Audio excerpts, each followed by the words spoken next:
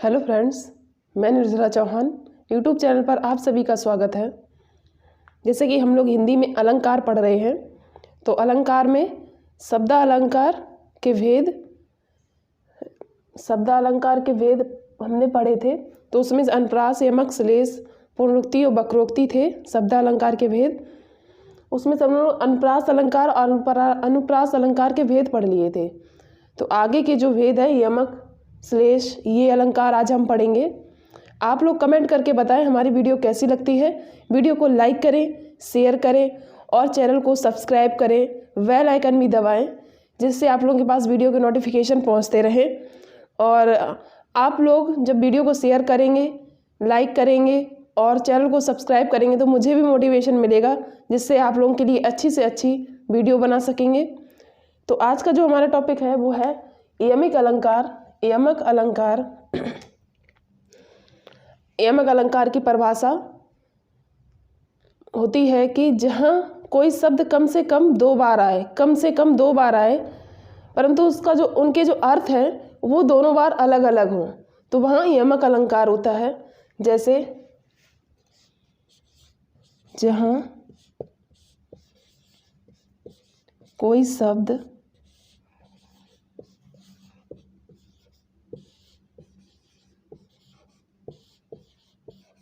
कम से कम दो बार आए,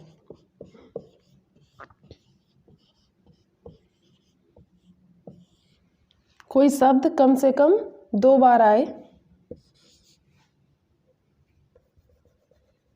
परंतु उनके अर्थ अलग अलग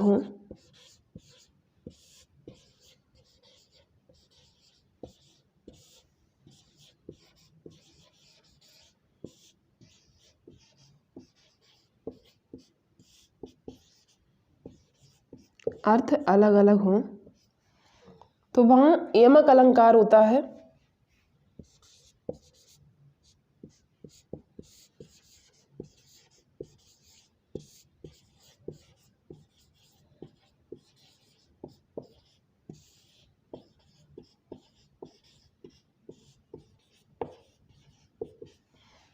उदाहरण है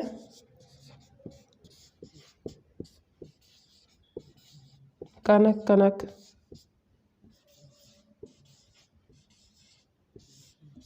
ते शौगुनी,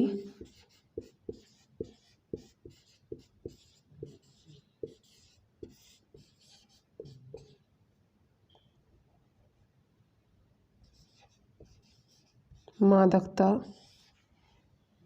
अधिकाय। हम इसकी इतनी लाइन लिखेंगे। आगे है अतिखाय बौराय या जगवा पाय बौराय। फिर दूसरा लिखते हैं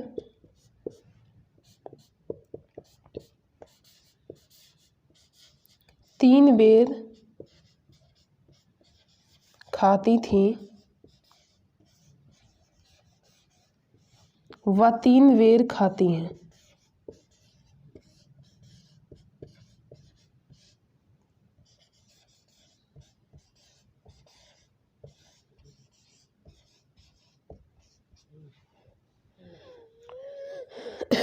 इसमें कहा गया है कि कनक कनक ते सौगुनी। तो एक जगह इसमें कनक का अर्थ है सोना और दूसरी जगह है कनक का अर्थ धतूरा।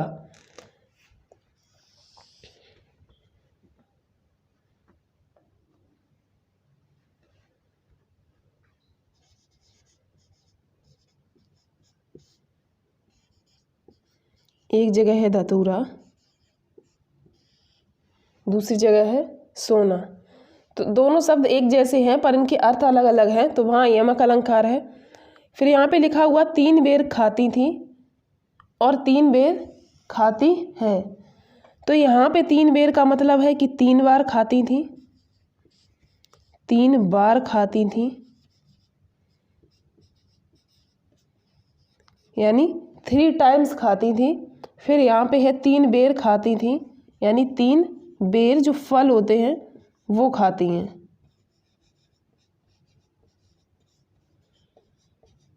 तो इसमें भी जो हमारा ये शब्द हैं ये बिल्कुल सेम है, लेकिन इनके अर्थ अलग अलग हैं, तो वहाँ क्या होगा यमक अलंकार। तो ये यमक अलंकार की परिभाषा है कि शब्द सेम हो और उनके जो अर्थ है वो अलग अलग हो, तो वहाँ यमक अलंकार होता है।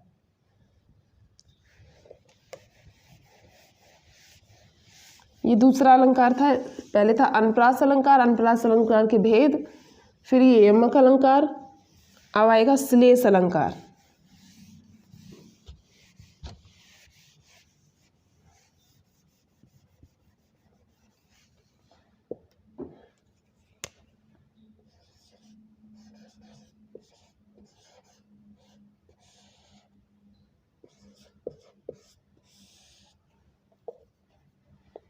श्लेष अलंकार है जब किसी एक शब्द के एक से अधिक अर्थ निकले, किसी सेंटेंस में या किसी में एक शब्द आया है परंतु उसके एक से अधिक अर्थ है, तो उसे वहाँ क्या होता है, श्लेष अलंकार होता है।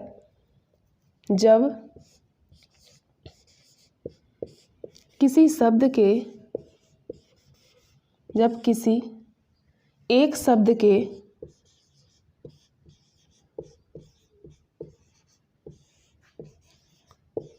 एक शब्द के एक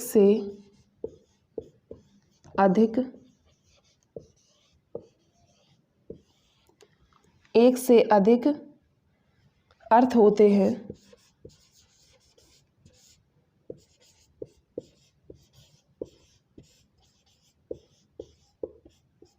वहाँ श्लेष अलंकार होता है।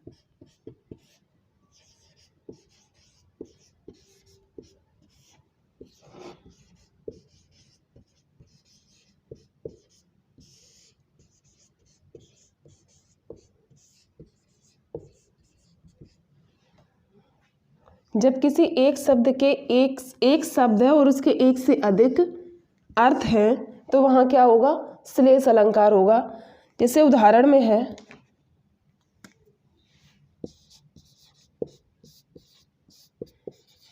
मंगन को देख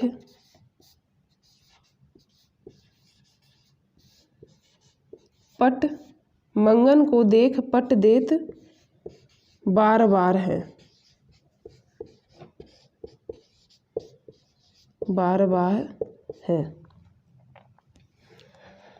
तो इसमें जो पट देत है, पट देत, इसके दो अर्थ हैं।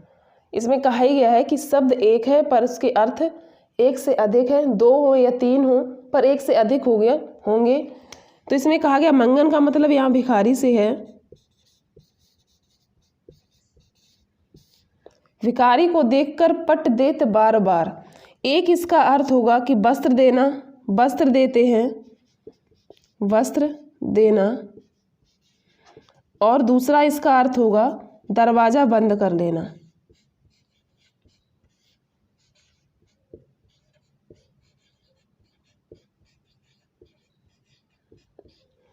यानी मंगन को देखकर, भिखारियों को देखकर वस्त्र देते हैं, या दूसरा अर्थ होगा भिखारियों को देखकर दरवाजा बार बार बंद कर लेते हैं। तो ये श्लेष अलंकार है जहाँ पे एक शब्द के दो अर्थ होते हैं या एक से अधिक अर्थ होते हैं, तो वहाँ श्लेष अलंकार होता है। एक और उदाहरण लिखते हैं,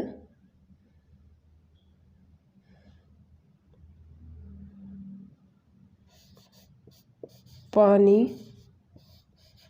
गए न उबरे मोती, रही मन पानी राखिए बिन पानी सब सून, पानी गए न उबरे मोती मानुष चून।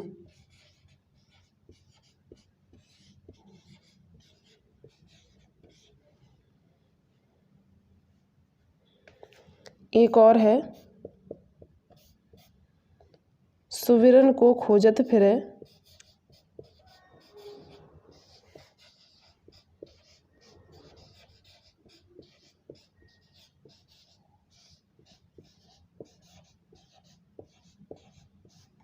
कभी भी बेचारी चोर।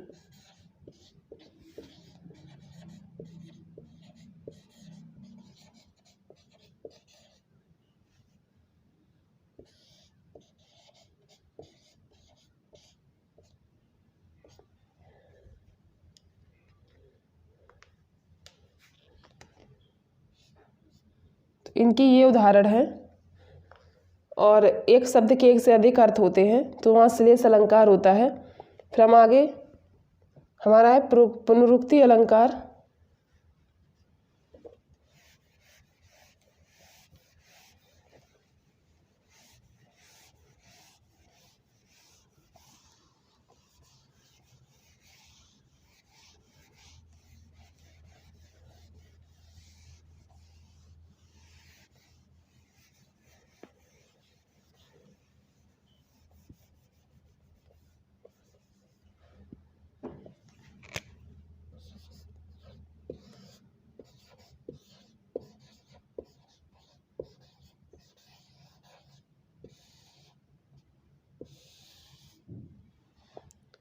पुनरुक्ति अलंकार में क्या होता है कि किसी बात को जिस अर्थ में एक बार कहा जाता है, जैसे कोई बात कही गई जिस अर्थ में एक बार कही जाती है उसी अर्थ में दूसरी बार भी कही जाती है, तो वहाँ पुनरुक्ति अलंकार होता है। किसी बात को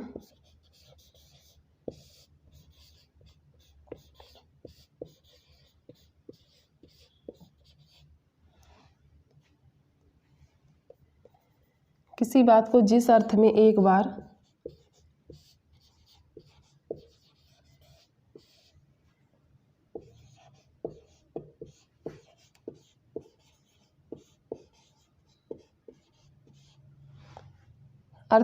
बार कहा गया है,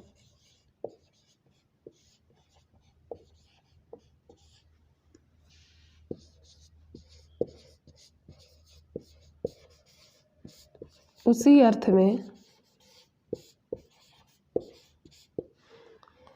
अर्थ में दोबारा उसी अर्थ में फिर कहा जाए, उसी अर्थ में दोबारा कहा जाए,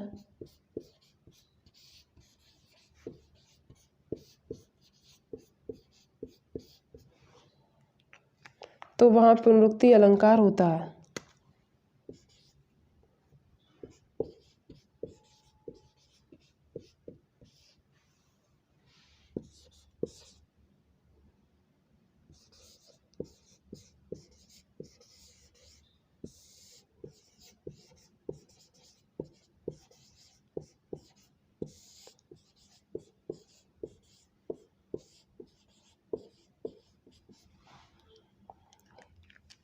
यानी इसमें दो बार जो शब्द आते हैं या जो बात दो बार आती है तो उसके अर्थ एक ही होते हैं, पर वो दो बार आता है, इसलिए इसमें पुनरुक्ति अलंकार होता है। तो किसी बात को जिस अर्थ में एक बार कहा गया हो उसी अर्थ में दोबारा कहा जाए तो वहाँ पुनरुक्ति अलंकार होता है।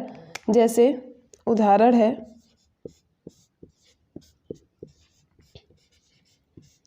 राम कहत चल, राम कहत चल,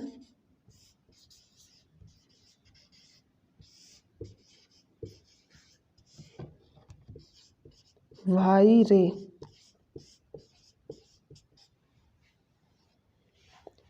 दूसरा है धीरे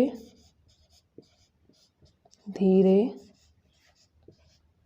धीरे धीरे से मना,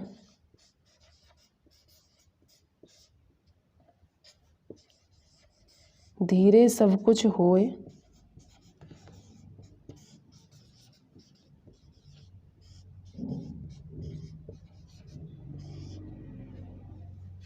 माली सोचे,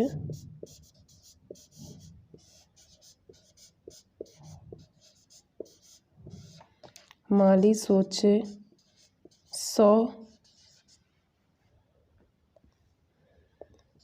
घड़ा, ऋतु आए फल होए।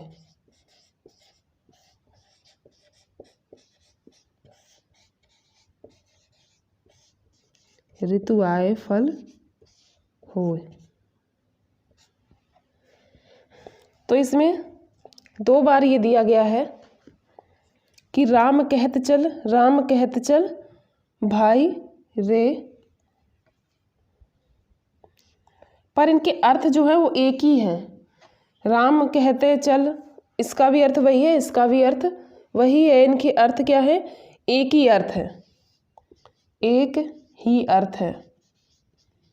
तो इसलिए यहाँ पुनरुक्ति अलंकार है। यहाँ पे भी धीरे धीरे 2 बार आया है, पर इनके भी अर्थ एक हैं, अर्थ एक है। तो यहाँ भी पुनरुक्ति अलंकार है। बात रिपीट हो पर उनके अर्थ एक हो तो वहाँ पुनरुक्ति अलंकार होता है। फिर उसके बाद में है वक्रोक्ति।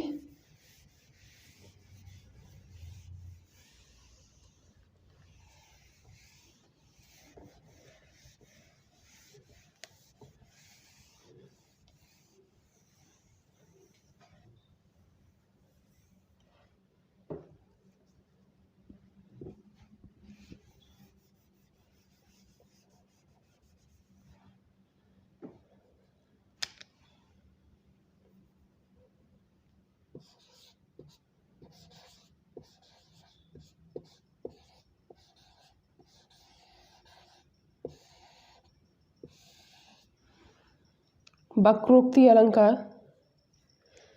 जहाँ किसी बात को इस तरह से कहा जाता है कि वो बात अपना मूल अर्थ छोड़कर उसका दूसरा अर्थ लगा लिया जाता है। जहाँ बात का मूल अर्थ छोड़कर बात अन्य अर्थ देने लगती है या उसका अन्य अर्थ लगा लिया जाता है, तो वहाँ वक्रोक्ति अलंकार होता है। जहाँ किसी बात को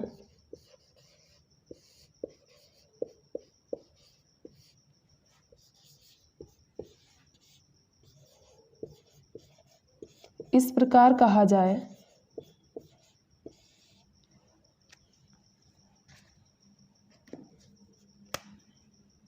इस प्रकार कहा जाए,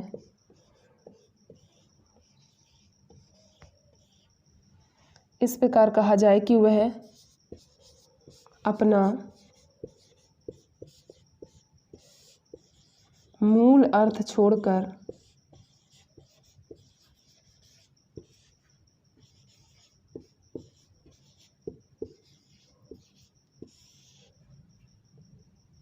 अन्य अर्थ देने लगती है, अन्य अर्थ देने लगती है।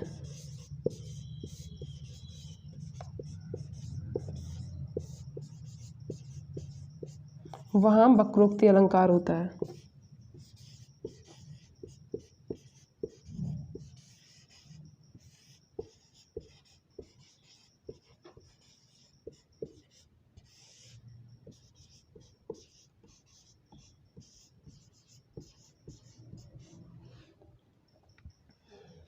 जैसे किसी बात को इस प्रकार से कहा जाए कि वह अपना मूल अर्थ को छोड़ दे और अन्य अर्थ देने लगती है, अन्य अर्थ देने लगे और अपना जो मूल अर्थ है उसको छोड़ दे, तो वहाँ वक्रोक्ति अलंकार होता है। उदाहरण है जैसे कि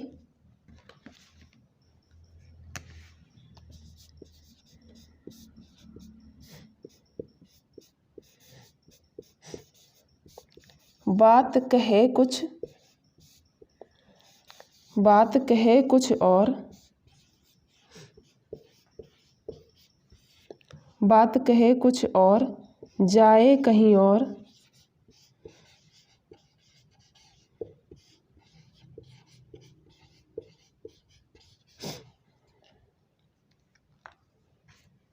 वक्रोक्ति तासो कहे,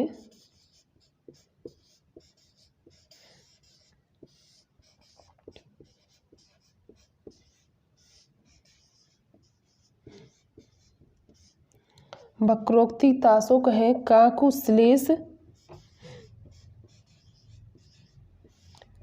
श्लेष दे ठौर।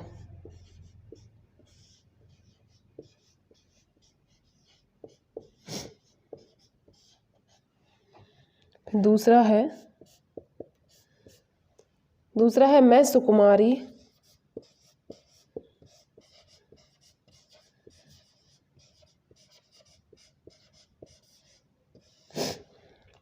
मैं सुकुमारी नाथ बन जोगूं।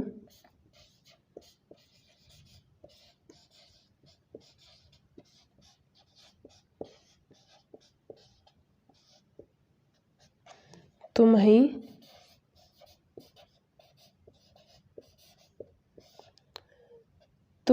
उचित तप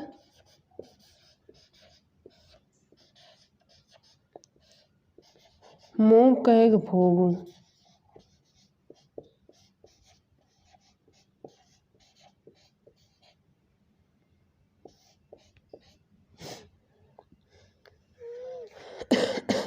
इसमें कहा गया कि उसका मूल अर्थ छोड़कर अन्य अर्थ लगा लेती है। तो ये जो है इसका ही उदाहरण है, बात कहे कुछ और जाए कहीं और। मतलब बात कुछ और कहनी है और उसका अर्थ मतलब बात कुछ और हो जाती है। वक्रोक्ति तासो कहे काकु श्लेष द ठौर। तो बात कुछ और कहती है और बात कुछ और हो जाती है, तो वहाँ वक्रोक्ति अलंकार होता है। फिर मैं सुकुमारी नाथ वन जोगूं, तुम्हें उचित तप मुँह कह भोगूं। इसमें कहा गया है कि तुम्हें उचित तप है और मुझे भोग है। तो ऐसे इसमें बताया गया है वक्रोक्ति अलंकार में। तो इसके ये जो हमारे शब्दालंकार के जो भेद थे 5, वो भेद पूरे हो गए हैं। अब इसके बाद में अर्थालंकार हम पढ़ेंगे, जो कि आगे की वीडियो में पढ़ेंगे। आप लोगों को हमारी वीडियो कैसी लगती है कमेंट करके बताएं, लाइक करें, शेयर करें और चैनल को सब्सक्राइब करें, जिससे कि मुझे भी मोटिवेशन मिले और आप लोगों के लिए अच्छी से अच्छी वीडियो ला सकें।